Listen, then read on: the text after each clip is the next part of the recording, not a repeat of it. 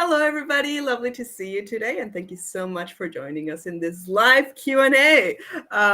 Very, very excited. For those of you who don't know me, my name is Eleuterio Zamanillo. I'm a certified freediver and scuba diver living in Melbourne, and brand new to the YouTube community with a new channel called Dive Scout. Today, I'm super excited to be joined by two amazing sailors. First of all, Warren, who's behind the channel We Sail in YouTube, and he's a full-time sailor since 5 years ago, I believe, Warren, with his wife Erica, and they've just been cruising around the world.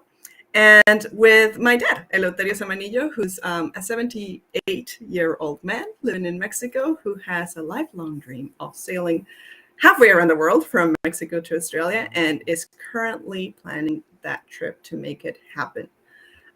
Now, essentially, the topic for today is preparing for your first offshore sailing trip. And we essentially hope that today brings you a lot of values. We're going to be talking about everyone's experience, but we want to bring you a lot of value on the lessons, surprises, things you need to know before you go so that you're well prepared and not have to find things out on the hard way. We're trying to tap into other people's experience and bringing that to you. So how is today going to? Essentially, today is a live Q&A, which means it's interactive. So the way today's going to play out is you send us your questions and we will answer them as we get them, essentially. So feel free to use the chat to send your questions through, and I will read them as they come along.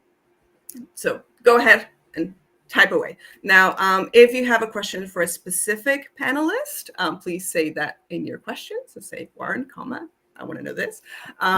If it's a generic question, then just ask your generic question and we will fumble and find who is the best person to answer your questions.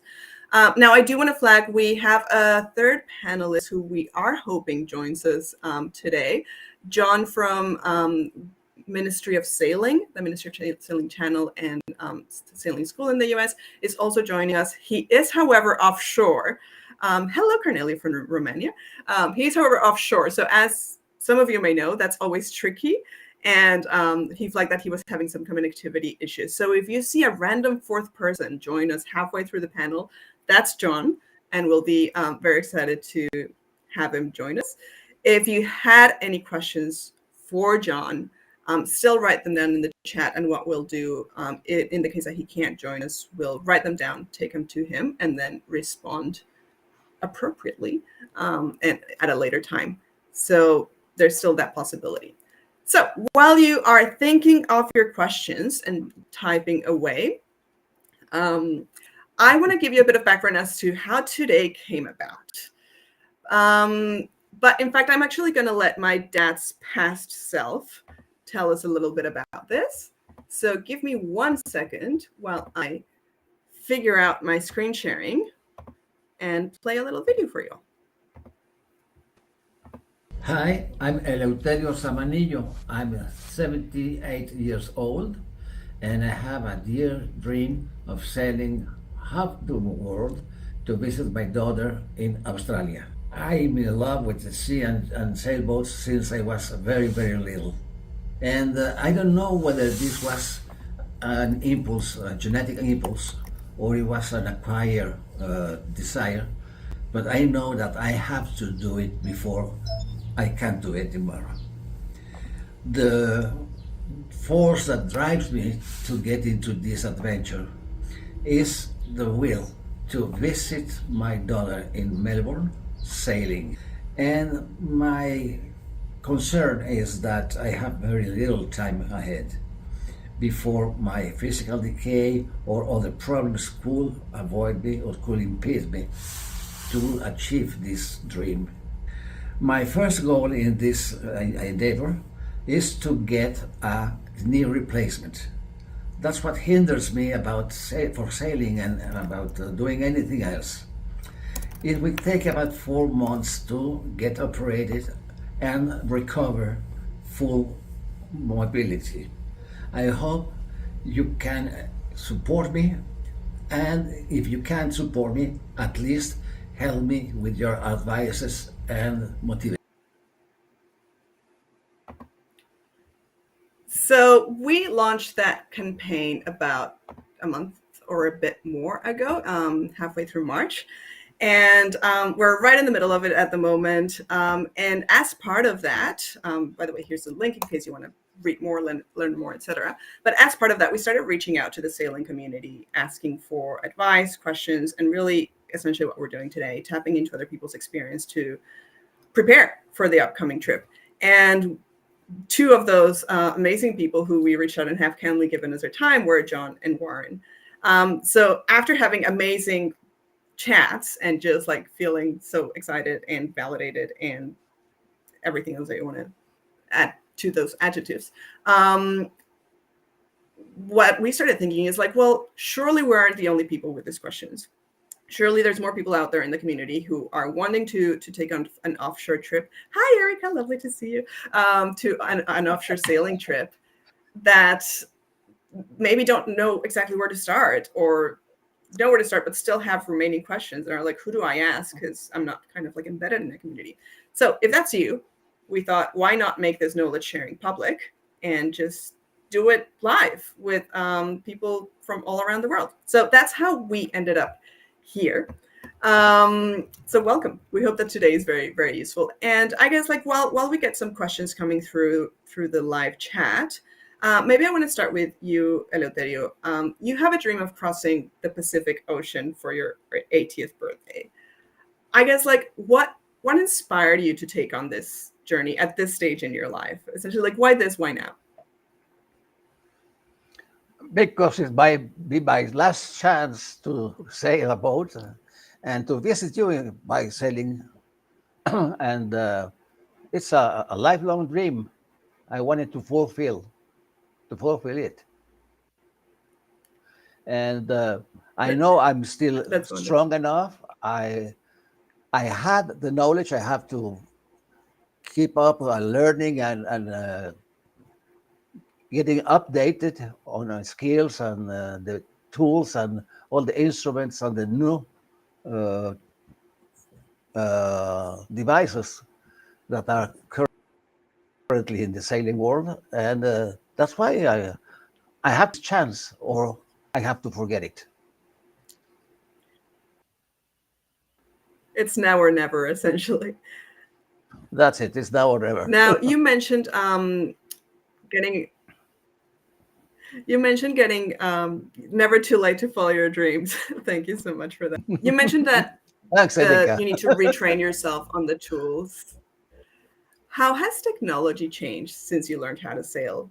And because you learned how to sail like in the 60s, 70s, if I'm not far mistaken. 70s, beginning in the 70s, between 60s and 70s. Well, at that time, before GPS and Starlink. GPS and Starlink and predict wind, and we only had sextant, paper cards, paper cards, a compass, a good clock, a barometer, and a lot of will and adventure, and lust for adventure. That's what we did. We didn't even need a permit or a license to sail. It was a wild, wild west then. That has changed. The wild, wild west. Yeah. Wild, wild west, yes. It's still kind of the wild, wild west out there. I will be honest. I know. Which is good. We like that. Yeah, like that. It's hard to stay at. Yeah. Yeah. True freedom, really. There's more concerns about safety and regulation, and yeah, absolutely. Yeah, as there should be. In that sense, that I guess like your how will your knowledge about technology before the technology that has now, how is that informing your approach to your trip? Well, I know that I have to equip it with most of the new devices, especially those that make it easier to handle the sheets and the sails and the rudder, because I'm not so young, so my strength it's limited. So I have to be careful with that and use whatever I have force intelligently. I mean, do things smartly, not strongly, and that's why I think I have to adapt that boat to my conditions and be careful, very, very, very careful. Yeah. Yeah, Yeah. absolutely. I think one of the things we've been talking about a lot over the last month or so is ensuring redundancies in systems. So you be too like it's better to have a lot of backup systems and not them than to need them and not have them. So as you say, like in the boat, and making sure you have like extra batteries and all the automations, and 3 different types of like navigation systems on top of the manual ones that don't rely on satellite and things like that. Yeah. Now I'm seeing think some that's comments just good coming through the seamanship. I chat. think that's. Keep going, Warren. Yeah, Warren. I was just saying, I think that it's just good seamanship today to have your boat as fully prepared as possible, have redundancy on all systems, and to be as prepared, for the eventualities that could occur out there. So yeah, I think that's really smart for anybody of any age, but yes, especially for you. Yeah. Yeah, and refresh the sextant the astronomical navigation, and celestial navigation, and all those old tricks, Just in case. just in case that you, just in case. Yeah, it's a lost art, but an art nonetheless. Absolutely. Yeah. I'm seeing some comments coming through the chat. I'm seeing Barrett's health concern is one of my wife's biggest concerns. She's mostly healthy, but has some neuropathy. Yes, absolutely. Health is a concern. And I think in that sense, one of the things that you're doing is kind of like having a bit of a tiered approach where you're going to be doing some like coastal sailing first and kind of like sussing out your own, I guess, like capacity in that sense before like not going from 0 to 100.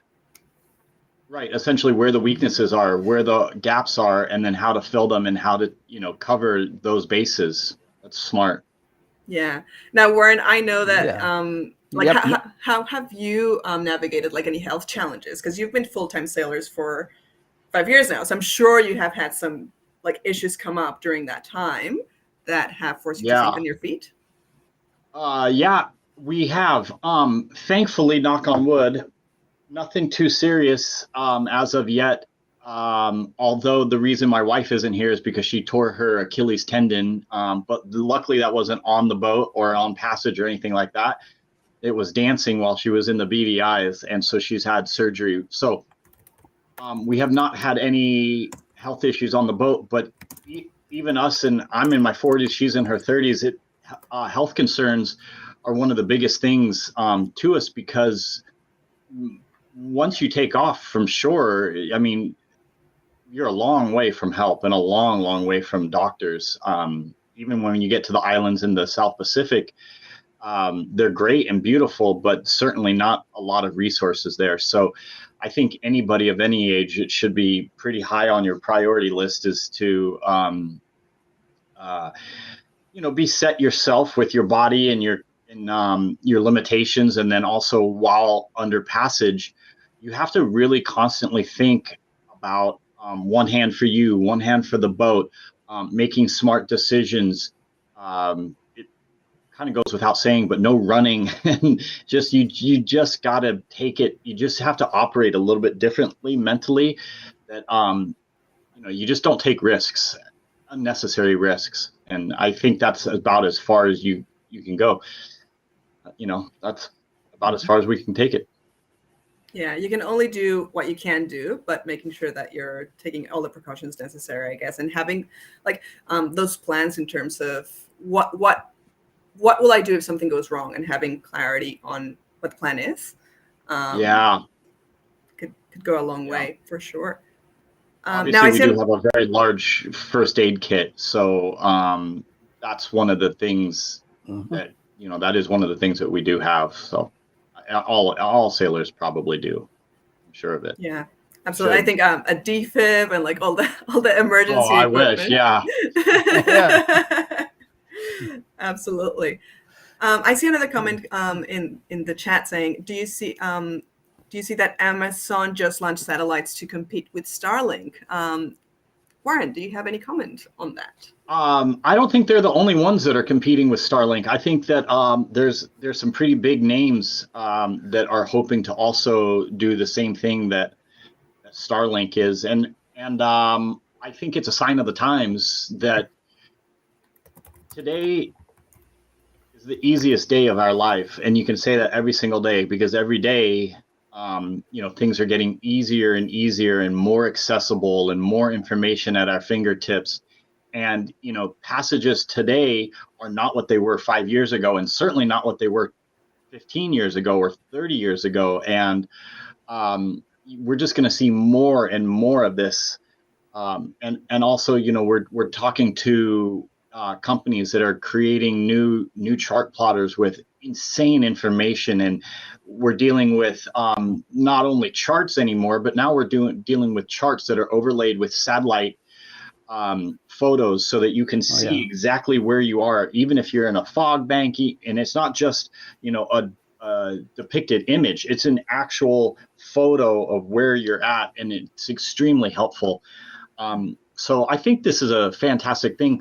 On the other hand, if today's sailor becomes too reliant on these systems and they go out, then I'm wondering if today's sailors aren't really as skilled. Actually, I know this for sure, that today's sailors aren't as skilled as the sailor of yesteryear, unfortunately.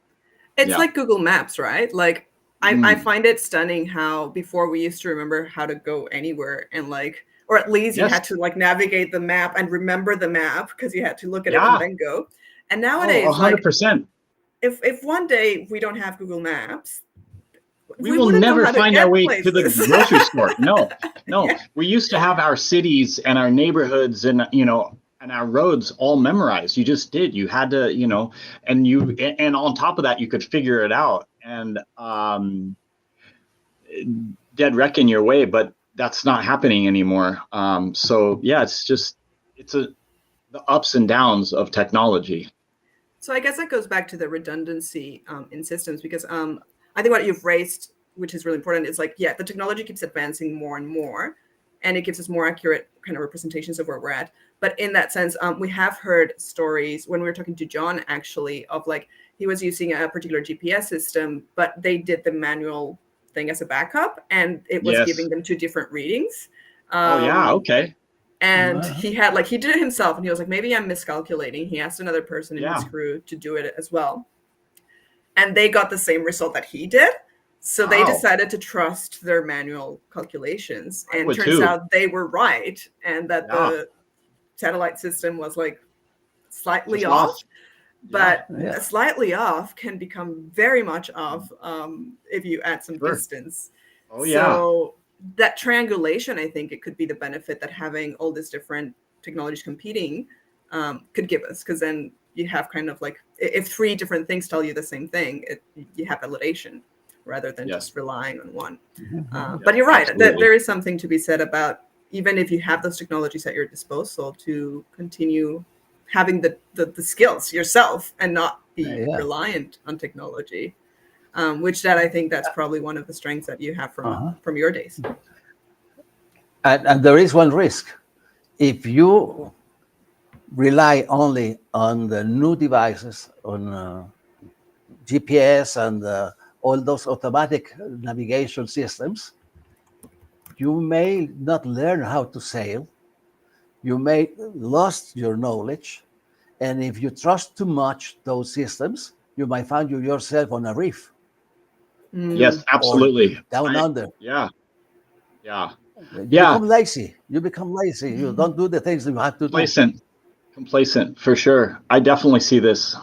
It's very real. Mm-hmm. Yeah. Now, going back to the topic of health, I saw a couple of questions come up.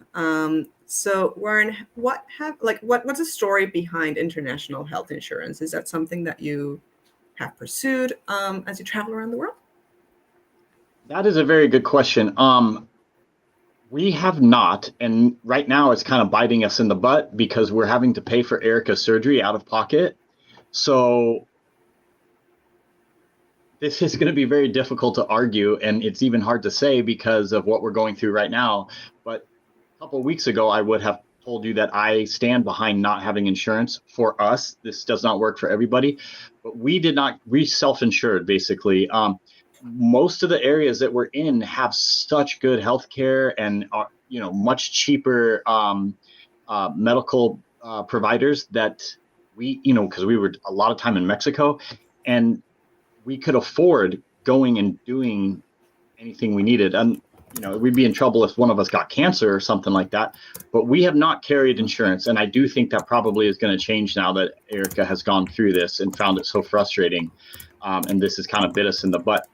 So it's difficult to navigate because a lot of the insurance, their job is to not pay out. That's how they make money, So I don't know how it works internationally. That's probably part of the reason why we have not gotten insurance, is because we weren't really sure how to navigate international health. Now, we do carry divers insurance. It's called DAN insurance, if anybody's heard of it. This is for emergency extraction, and they cover a lot, and it's very affordable. And it's a dive insurance, but you can carry it, and even if you're not diving, and you got to look into it. But there is a policy that they have that we carry. We also take very good care of ourselves, and we work out on the boat. We stay stretched. So that's our plan, basically. That's a good plan. And I guess like you only learn through experience, right? Yeah, we're learning. So it's absolutely. It's a trial and error thing. But I know what you mean in terms of like the insurance, and I think that's true for when you look back and you're like, well, I've been paying car insurance for like decades and have never used anything. It makes you question it. But then the day you need it, it's like, oh. Yeah. DAN insurance sounds really useful, though. Really, really good tip, especially for the divers. Yeah, DAN insurance. Yeah, look into that. Yeah, it's really important for divers. Yeah, absolutely. Now, going back to kind of like taking a step back, I guess, from the specifics. 5 years ago, you kind of like get based and, settled to a full-time life at sea. What made you and Erica take that leap? Boy, that's a loaded question. I will try to not take forever to tell the story, but it revolves around drinking margaritas on the beach in Mexico over a Christmas break that Eric and I took, and we were sitting in a hammock middle of the day, as one does in Mexico, and there was this beautiful sailboat kind of like, out on the ocean, sailing by, and I had long time held on to this thought that I was going to retire on a sailboat. That was kind of my dream. And Erica had gotten to do a lot of traveling prior to us getting together, and I had not. I had done some, but not a whole lot. And I really wanted to travel more internationally. And I owned a construction company that I had a lot of trouble not walking away from, but taking vacations from. I could never fully disconnect. And that was the very beginning of the dream. I asked her if she would be interested in something like that, and she said unequivocally yes. And I, okay, well, and that was over Christmas break. And by the spring, we were going to the Miami Boat Show and starting to kind of dream about what boat we would get. And within the next 2 years, we had sold everything that we owned. We had refinanced the house to be able to pay for the boat, and we had rented out our home that we had rebuilt. And so we were living off of the income from the rental on the home. And we had bought a boat and sold everything and took off. And that's the short story of a very long journey, but one that was well worth it. It was about 6 years ago, coming up on 7, actually. Yeah, wow. Time flies, doesn't it? Yeah, it's been 6.5 years. Like in terms of preparation, like, and I think you already mentioned it, but would you say like it took you about 2 years to fully transition from like one lifestyle to the other? Yeah, it was right at 2 years. From conception to implementation. It was 2 years to get everything wrapped up, rent the house, sell everything, buy the boat, find the boat, and then buy the boat. And 2 years. What in terms of finding the boat and getting the boat and all of that, like, do you have any tips and tricks or like lessons learned? Be really cautious on using a boat broker. They are glorified used car salesmen. And if anybody's listening that is a boat broker, my apologies. Nothing personal. It was just been our experience a few times. Get a good survey. Find a good surveyor, because not all surveyors are good. So those are my 2 tips and tricks. Be very cautious with the boat broker that you're using. They just want to get paid, most of them. And the second thing is have a really good boat inspection. And I say this we never had the first boat that we bought and this boat that we're on, we didn't have a boat inspection done. I did it myself. And that was fine because I'm very good at this stuff, but I've seen a lot of boat inspections go south because the guys are checking the life jackets and they're checking for things, and it didn't have much to do with the actual health of the boat. Mm-hmm. So those are my 2 tips. Very important tips and tricks, though. Yeah, I think so. I think sometimes it's easy to just like get overwhelmed by all the things that you have to do, especially with something so big, and it's always the details that get you ultimately. Oh yeah, this is true. So knowing to look out for those details. Yeah, absolutely. Devil's in the details for sure. Yeah. Now, just for those of you who have been joining in after we started, welcome. Thank you so much for joining us. Essentially, today what we're doing is just a live Q&A. So we're taking questions as they come in. So if you have any questions around preparing your first sailing trip, or even if it's not your first, if you have any questions that you think would be useful as you prepare to go offshore, feel free to pop them in the chat and we'll just answer them as they come through. There's no like set structure to the day, so feel free to just chat up and we'll include you in the conversation. I guess like going back to you. I have a question, Warren. Okay. How many miles? How many miles had you sailed before buying your boat? 10. 10 miles. Maybe less. Wow. Wow. That's not quite true. This is the only experience that we have on sailboats prior to buying our sailboat. When I was in college in San Francisco, just south of San Francisco in Santa Cruz, I went out with a local sailor. He was actually a professor at the college, but he had a sailboat, a very small 23 or 27 foot sailboat that he took me out sailing because he just wanted to fish. So he gladly showed me the basics of sailing so that he could fish while I sailed his boat in a very controlled environment. So I knew the very basics. I knew what the mainsail was and I knew what the head sail was. And then my next experience was actually in Mexico when we went out on a local guy's sailboat where he took us to a couple different surf breaks. And that was where the actual idea got that, hey, you can do this. And so I liked that experience. And then after Eric and I started thinking about doing this trip, we chartered a catamaran in Croatia with some of our good friends. And we spent a week traveling around Croatia on the sailboat. And we got the sails up every day, but we had very, very low winds. So we didn't really ever get to sail it. We mostly just motored around with the sails up, just flopping back and forth. So we really didn't have any experience. We didn't do any courses. We did a lot of YouTube courses, so to speak. Yeah. So I guess like after that, the excuse of like, oh, but I don't have enough experience. It's not an excuse, is it? Like, no. Where there's a will, there's a way. Yeah, where there's a will, there's a way. And the important thing is that it doesn't matter if you're learning to fly or learning to drive a car or learning to do anything. You don't just go into, surgeons don't just go into surgery after reading a manual. It's very little incremental steps. And you can do that a multiple different ways. Taking courses is one way of doing it. If you buy your own boat and you go out on day sails with people that know what they're doing, and that's essentially what we did. Was we had enough knowledge that we could safely navigate the yacht in and out of anchorages and raise the sails. And then we just, we spent almost 2 months in the same island when we first bought the boat, just going out on day sails. And then we did our first island hop, which was 20 miles, and then we did the next one, which was 30 miles. And so it was just an incremental, learning. And we made mistakes. We ran aground slowly. We wrapped, lines up in the prop. We, all sorts of things, all the mistakes that everybody's going to make.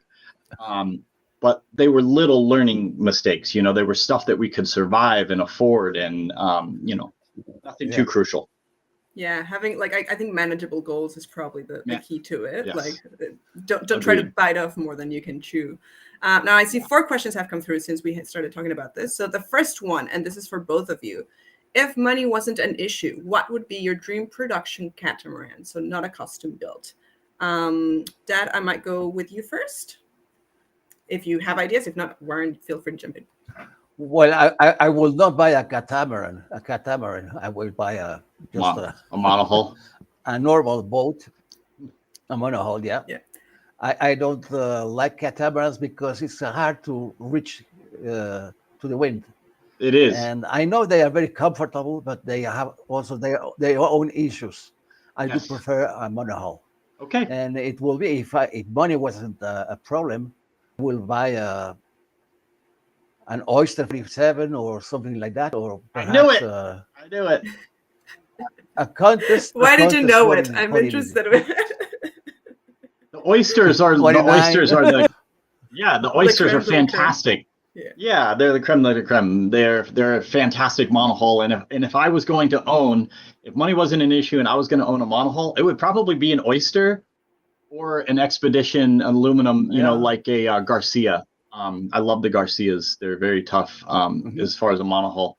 And if it was a cat and money wasn't an issue, I love the HHs, and I love I like the Ultramars. Are very strong, tough, capable boats, and the larger ones are quite comfortable. And I guess it would be probably a balance, an HH or an Ultramar. They're all outside of my price range, but if money was an issue, that's what it would be. Awesome. Now, I'm staying on the cat topic. Would you recommend taking a cat docking class? The docking can be very challenging. It was probably one of the most challenging things, because in my opinion and in my experience, most of the stuff that you're learning in the beginning, it's mostly pretty forgiving. If you haven't reefed in time, unless you're getting hit with a water spout, or a hurricane, you're probably not going to flip the boat or rip the sails. Everything is more forgiving, except the docking. There's very little forgiving if you've come in too hot or you're really making big mistakes with docking. So I would say if you're going to take a class, that would probably be one of the first ones I would take. Yeah. Okay. Yeah. Thank you for that. Yeah. Other question coming in: was it a problem getting insurance without a captain's license? Going back to regulations. Yes, there is in my experience, there is a problem. There isn't? No, I don't think so. We've carried insurance off and on. Look at my hair; I'm a mess. I'm sorry. We do not currently carry insurance on the boat, but we carry insurance to go into marinas, which you absolutely do not need to have a captain's license for. And the 2 times that we have carried full insurance on the boat, we have not, because we don't have captain's licenses. So, you know, they're very willing to take your money. So. Yeah, interesting. So there's regulation, but it's optional, I guess, in that sense, which still makes it easy. I can see That's a comment good coming tip for from me. Yeah, because you had a long list of like certs that you thought you needed to get. So we're Yeah. going over that list again to see if all of them are necessary. Now I can see a comment from William. If he could buy a 2025 production catamaran, it would be a Windallow 54. He likes what they're doing. Oh yeah. Yeah, those are nice. And Warren, you had 2 Fountain Pajots. Yes. Yep. What were your thoughts on those? Oh, love them. The big 3 production catamarans are going to be the Lagoons, the Leopards, and the Fontaine Pajots. Those 3 dominate the market in the production, and they're all roughly around the same amount of money. The other one that's big is Bali. I guess Nautique maybe are playing in the field, but those are the 3 big ones. Bali makes a lot of boats, but they are all geared for charter. Don't buy a Bali. Everybody, don't buy a Bali. Sorry, Bali, but they're not blue water cruisers. That's all there is to it. Lagoon has its share of problems, and I've never liked them. Leopard are very fantastic boats, in my opinion. I think they're tough, capable boats. Personally, I just love the Fontaine Pajots. I love the way they look. I love the way they feel. They're solid, capable blue water boats. Yeah. And I've loved both of our boats, and I stand behind them, and not because we have any affiliation to the company, because we don't. They pay us no attention, despite our channel and our best efforts. I wish that they did give us more attention, actually, but I still love their boats. That's awesome. That's great to know. Yeah. Dad, if you didn't have an Osprey, what would be your second and third option in terms of boats? What other boats do you like? I didn't understand your question. Oh, if it wasn't an Osprey, like your first choice, what would be your second and third boat options? What other boats do you like? I guess a Contest 49. Oh yeah, Contessa, great boats. That's awesome. Any third one? I 49. Well, I know how Contests are built. I use it. They're awful too expensive, and they're very good boats. Not very fast, but they are good boats. That's very fair. Now I see an unrelated question. How hard is it to get mail when you're sailing around the world? It depends on the area. Right now I'm in New Zealand, and it is quite easy to get mail. Mail is very easy. If we're talking about envelopes, it's very easy. If you're talking about packages like boat parts, it can be very difficult. The easiest way is to have friends that want to come visit you on the boat, and then that works fantastic. And we have never had a visitor who did not come with a suitcase full of boat parts for us. So that's how we have navigated 99% of the stuff that we needed for the boat came with friends that visited us. There's a lot of other people who don't have as many visitors who really struggle getting things they need. It's one of the main challenges for sailors these days. I remember even in the Caribbean, while it was certainly easier, it still can be quite challenging to find exactly what you need. And and once you leave the Caribbean, it just gets harder and harder. And certainly when you leave Mexico, when you get to the South Pacific, I hope you have everything you need on the boat, because getting it in French Polynesia is tough. And if you do get it, it's going to be very expensive. So, yeah.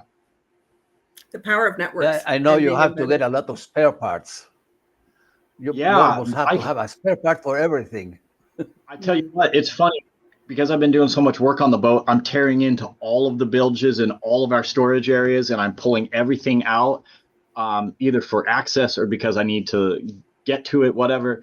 And I'm looking at all of my spare parts, and I'm just kind of laughing, because I have a spare alternator, a spare starter, I have a spare pump for everything. I have a spare, I have everything but a toilet and a sink. I have spare parts for all the toilets. I have spares for literally just about everything on the boat. And again, I think that comes down to just good seamanship, is having your boat as prepared as possible. It's not just knowing the weather and the wind and the seas. It's also really having a solid boat that is going to stand up against the harsh conditions and everything that's going to get thrown at her. Yeah, that's very, very fair. I see a question coming now from... with the Dyneema, and now with the Dyneema ropes, and you may even have those as a stay at the... Oh yeah. Well, as a replacement for your running, for your rigging. Your rigging. Oh yeah. Oh yeah. Yeah. Absolutely. Yeah. I see a question coming in from Dax. Do you have any regrets about how you executed your transition to cruising from land life? Anything you would have done differently, Warren? Hi Dax. How you doing, buddy? I don't think that there was really anything we would do differently. I mean, I don't regret not taking a sailing course. I don't regret not working on a captain's license or having insurance. Like we don't really have any regrets. Everything kind of worked out as we'd hoped. I will acknowledge that certainly a portion of that is luck.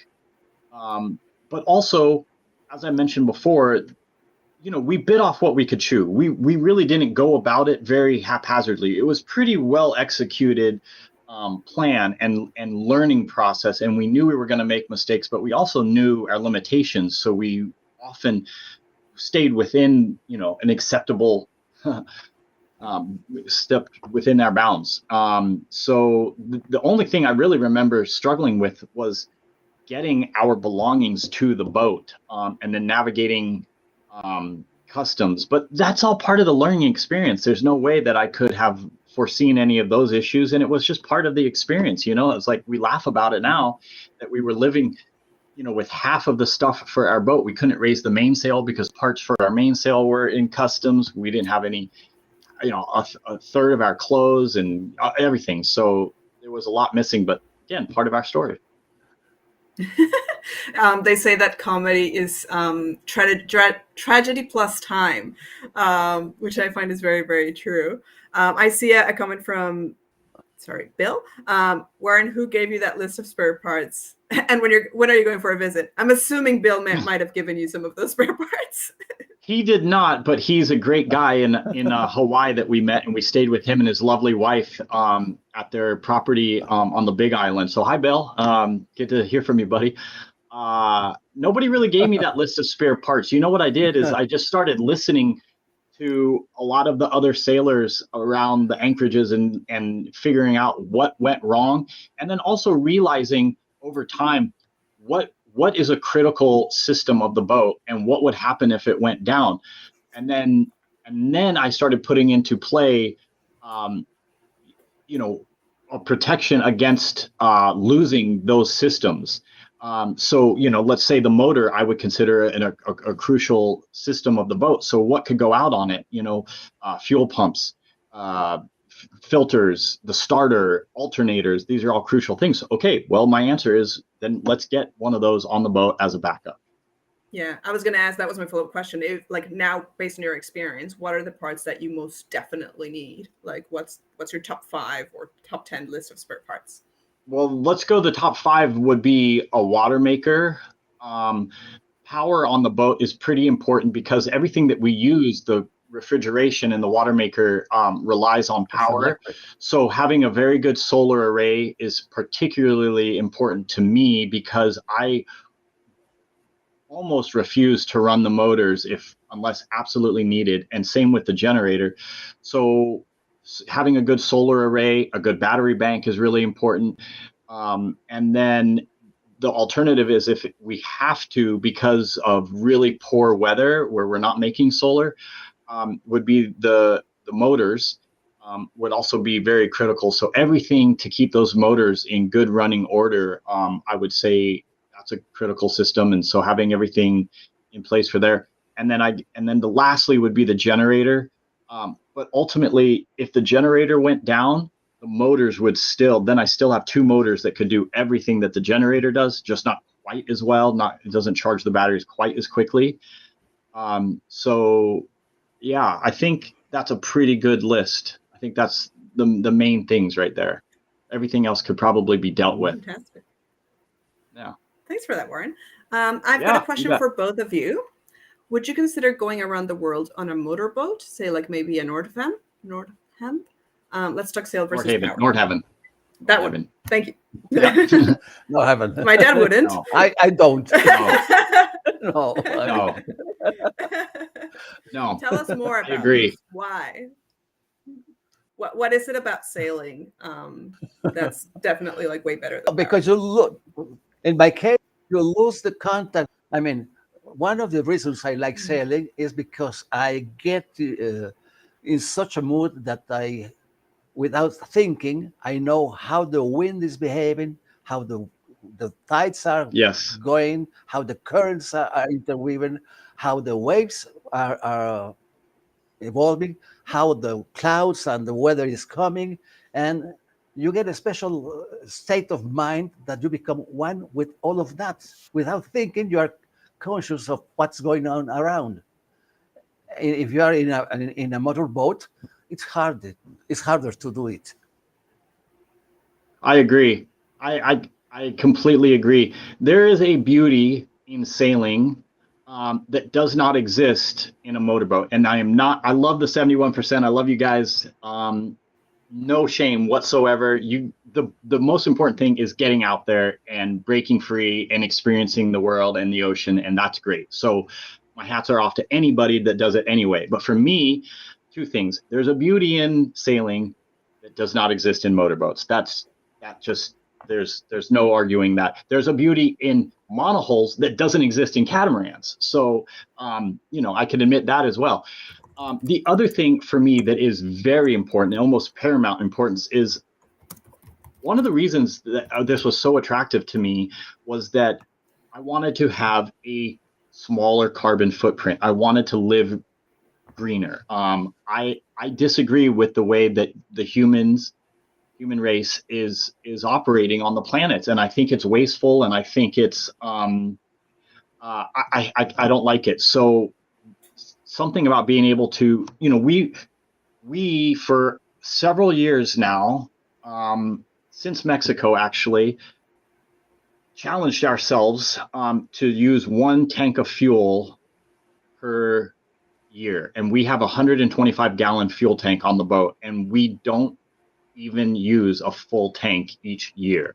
So since crossing the Panama Canal, in that year, I think we used 6 or 7 tanks of fuel. We went down, we just made a commitment to sailing, and we became much better sailors because of it. And so that's very important to me. But I'm not projecting that importance on anybody else. And again, I think anybody that gets out there, any means possible, is awesome. It just doesn't work for me. Thank you so much for both of your answers.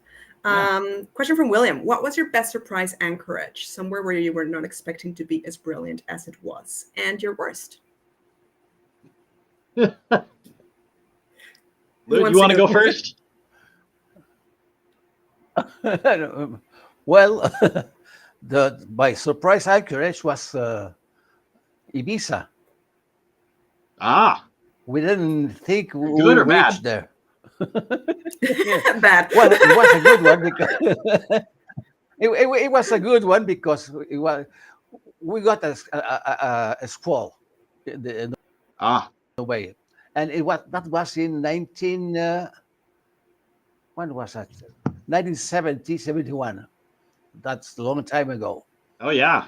We were sailing from Palma de Mallorca to Ibiza, and I was with a Czechoslovakian couple, and they rented a sailboat to go from Las Palmas to Ibiza, and the captain didn't want to go, so he sent us with a sailor.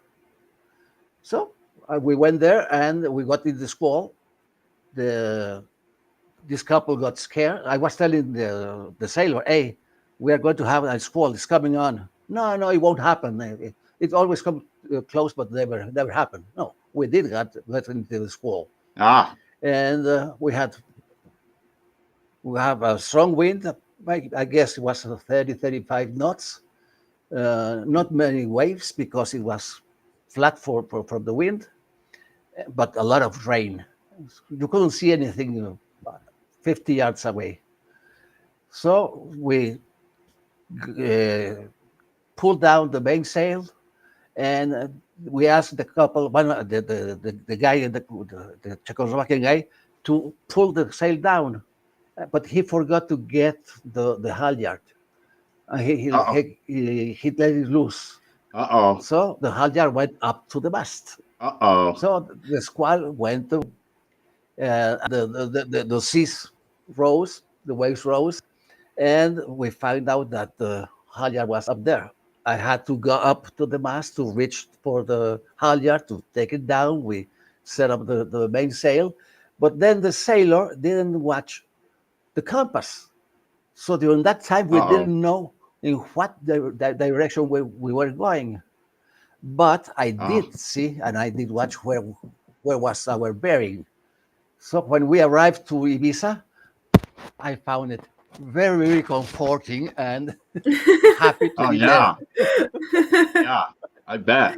But I guess that in that sense, do you feel that the experience at least built your confidence in terms of being like, oh, I was able to manage?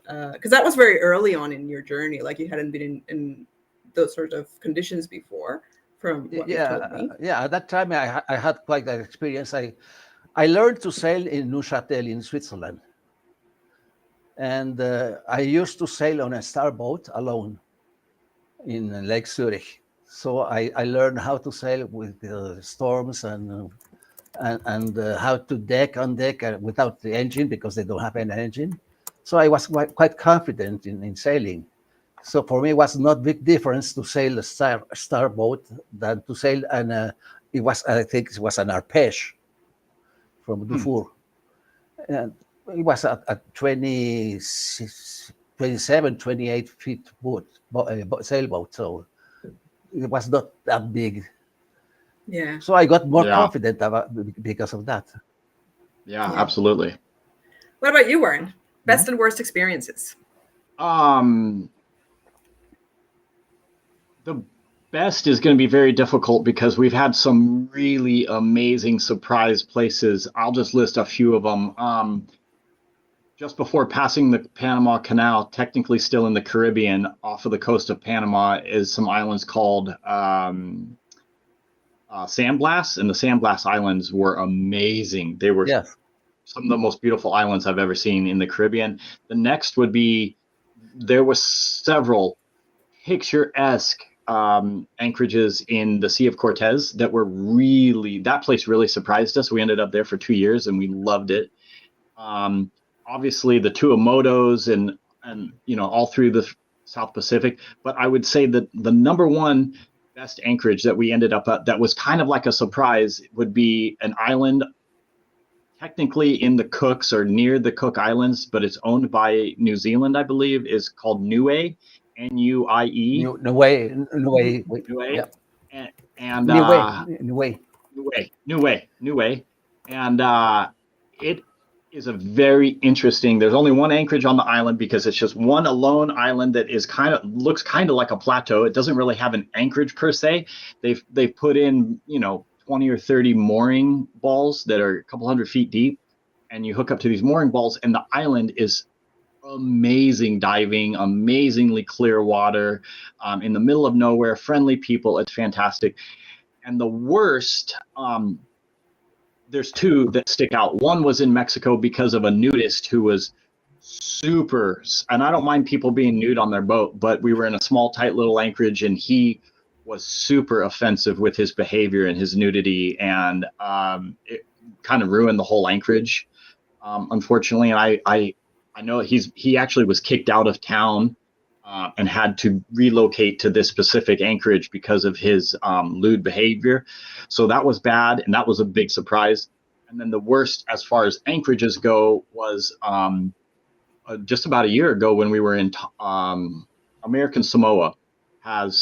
They're very tight on their that's cruising, and it's notoriously bad. It's mud. There's a bunch of junk on the bottom. So you're either going to be dragging or you're going to hook up to an old mast or an old car or bicycle or something. It was the work. And then also it was very rainy. It was very windy. We were not comfortable there. It was definitely the worst anchorage. Wow. Fair enough. Yeah. And customs is very, very, very, very difficult. Yes. Yep. It's notoriously bad. I've got a question from Caden. How much saving did you have before purchasing your first boat? How much would you recommend budgeting each month while sailing? That's a really important question, and it's going to vary from couple to couple. I would say, we lived on our first boat, which was also in good shape. It was a 2014 and we bought it in 2018. So it was only 4 years old. So it had the kinks worked out, but it wasn't old enough that things were falling apart yet. So we didn't really have to put much into it. And it was well maintained. So that helped.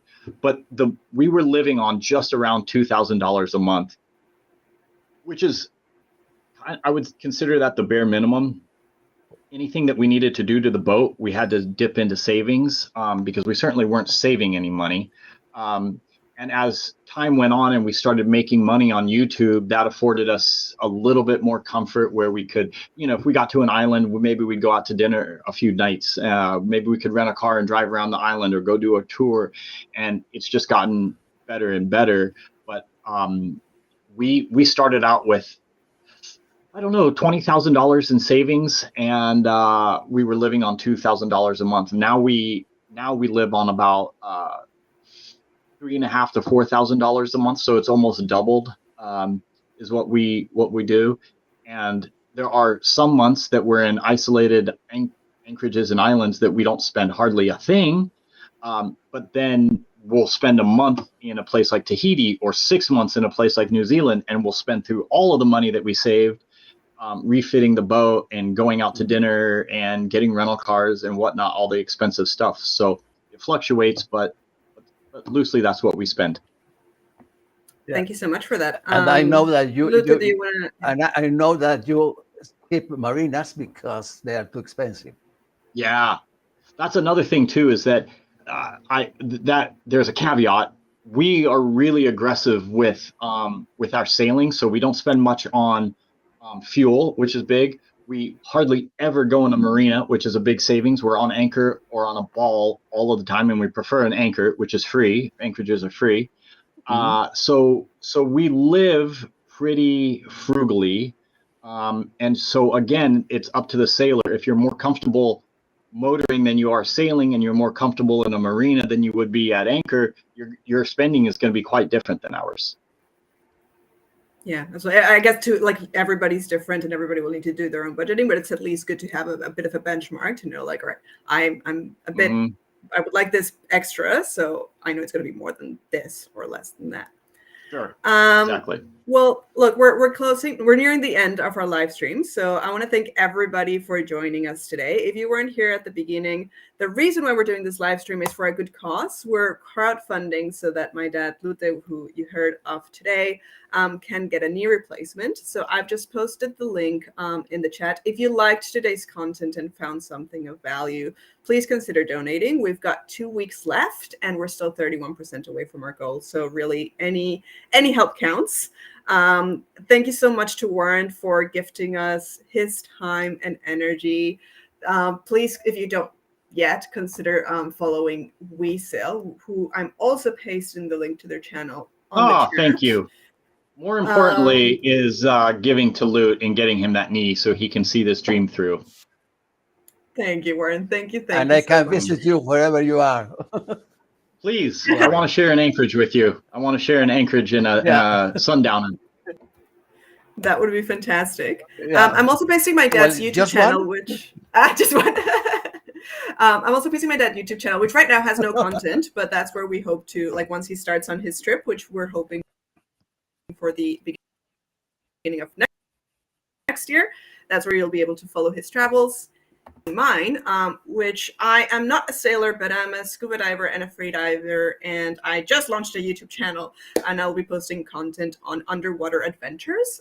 So if you're into diving, consider following me as well. Thank you so much for joining all of you, and looking forward to seeing you at the next time. Thank you guys. Thank you, Warren. Thank you guys all for tuning in. Thank you, Sorry everybody. if I didn't get to say hi to anybody, but hello to you. I've read all the comments, so thank you guys. Bye. Bye, guys.